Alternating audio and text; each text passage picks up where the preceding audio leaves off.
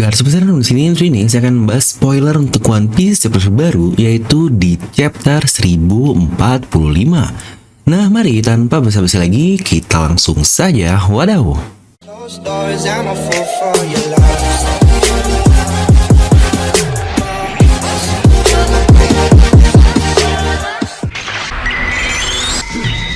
Nah, seperti biasa, sebelum lanjut video ini jangan lupa untuk subscribe dan juga nyalakan bel notifikasinya, karena kalian tidak akan tertinggal informasi menarik seputar One Piece hanya di channel Devil Nomi. Pastikan sebelum kalian komen atau cuma baca dulu doang, kalian tonton dulu sampai habis, jadi tidak ada informasi yang miss dan juga yang setengah-setengah. Oke, seperti biasa, kita akan membahas spoiler dari One Piece chapter terbaru, yaitu di chapter 1045. Yang mantap banget nih, nggak perlu nunggu 2 minggu dari chapter yang sangat gila di chapter 1044 lalu. Kita udah langsung tahu dapat lanjutannya sekarang seperti apa nih. Kita langsung saja ya, bahas untuk spoiler di chapter kali ini.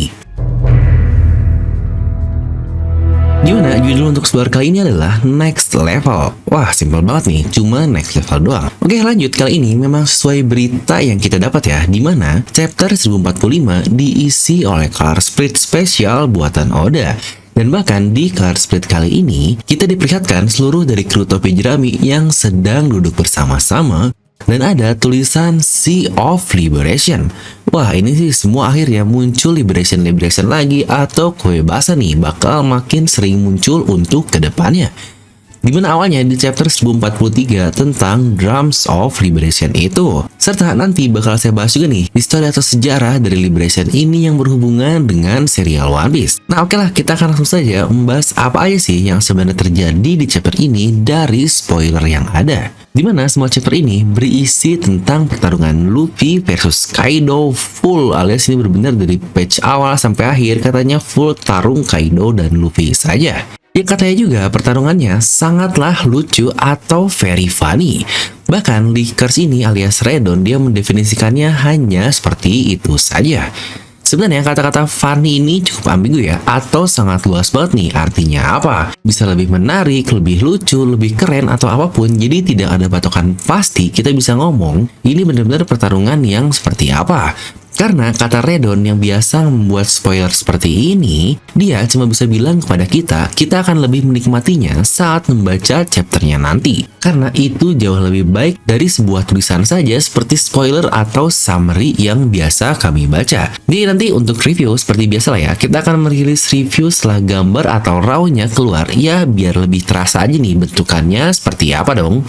Dimana di sini Kaido mengomentari cara bertarung dari Luffy yang katanya cukup aneh, atau ya sangat berbeda lah. Dimana dia dapat merubah area seperti karet dan juga berubah ke mode Zoan. Ayo, mana nih yang kemarin bilang Luffy kayak 3 buah iblis Logia, Zoan, dan Paramecia. Yang udah sering juga sih saya bilang jika Mythical Zoan ini adalah buah iblis rasa buah iblis lain. Contohlah Zoan rasa Paramecia atau Zoan rasa Logia dan sebagainya. Untuk Luffy ini jelas dia ini Zoan rasa Paramecia saja, tepat seperti yang Kaido katakan. Karena Luffy kan walaupun dia Sun God, yang Sun God-nya ini cuma sebuah simbol aja, tetap tidak bisa menciptakan api, semburan api, atau bahkan matahari sesuai dengan epitetnya itu. Tapi dia tetap saja sebagai karet yang memang itu adalah Paramecia. Dimana untuk yang seperti 3 Zoan, Logia, dan Paramecia mungkin ini lebih cocok ke Marco kali ya. Dia Zoan bisa berubah bentuk, dia juga bisa kayak Logia membuat api ke area, dan bahkan setiap serangan dapat menembus tubuhnya. Dan dia bahkan bisa seperti Paramecia juga karena dia menyembuhkan orang di sekitarnya. Yang ini benar-benar sangat OP parah kan, buah iblis dari Marco. Ya jelaslah Phoenix. Nah, lanjut di sini pula Luffy dia menggunakan serangan yang bernama Gomu Gomu Gaigan, atau dia menjadi raksasa lah. Di sini Luffy mengubah tubuhnya katanya menjadi cukup raksasa, dan dikatakan di sini Luffy bahkan seperti dewa. Waduh, seperti dewa seperti apa nih? Sebenarnya cukup terbayang sih bentukannya seperti apa. Ini kayaknya bakal mirip di Tom and Jerry atau kartun yang bakal terlihat konyol. Tapi lagi-lagi ini masih spoiler dan kita belum mendapatkan gambar terkait hal tersebut. Di sini pula dikatakan Yamato dan Momonosuke berhasil sampai ke rooftop untuk melihat mode baru dari Luffy ini. Dan katanya di sini bahkan Luffy sempat kehabisan tenaga, tapi dia mendapatkan detak jantung drumnya itu kembali dan dia berhasil normal lagi.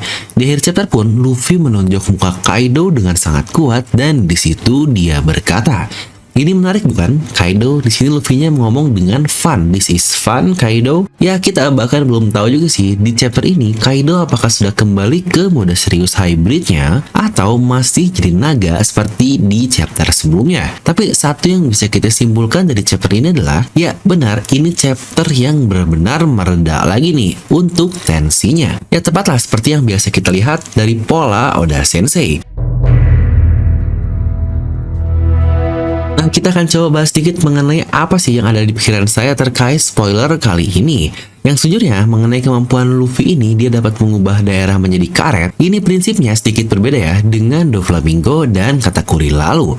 Karena jika kita perhatikan di chapter 1044 pun, tanah yang dia ubah jadi karet itu tidak bergerak sekeinginannya seperti Katakuri atau Doflamingo. Tapi untuk kasus Luffy, tetap perlu Luffy lah yang harus menarik dan menggerakkan tanah tersebut untuk kembalikan serangan Kaido. Tapi yang gila dari perubahan karet ini adalah, seperti yang kita tahu, karet itu bisa menyimpan gaya dan mengembalikan gaya tersebut. Ini prinsipnya cukup mirip dengan impact dial yang ada di Skypiea. Skypiea lagi nih, ya emang penting banget sih arc tersebut. Lalu mengenai Luffy yang kehabisan tenaga, sepertinya perubahan dari Gear 5 atau Awakening-nya yang dapat lebih bebas ini merubah apapun memakan energi yang cukup banyak ya. Karena itu sebenarnya cuma sebentar banget loh, tapi katanya Luffy sudah cukup kehabisan tenaga. Tapi ya masuk akal sih, dia mengubah tubuhnya menjadi sangat besar, itu pasti dia membutuhkan tenaga lebih banyak untuk menggerakkan tubuhnya itu. Tapi di sisi lain, bahkan dikatakan karena detak jantung Doomdut dadanya kembali, Luffy sehat lagi. Ini sebenarnya cukup menarik. Dan aneh juga sih, apa ya hubungan detak tersebut dengan recovery dari tubuh Luffy. Ya walaupun kita tahu sih, gak mungkin juga Luffy bakal kecapean karena dia baru aja berubah. Nah sebenarnya ngomong-ngomong tentang Drums of Liberation dan bentukannya ini, pernah saya sindir mirip kayak dangdut yang tulisannya Doom Doom Doom atau Doomdut dada.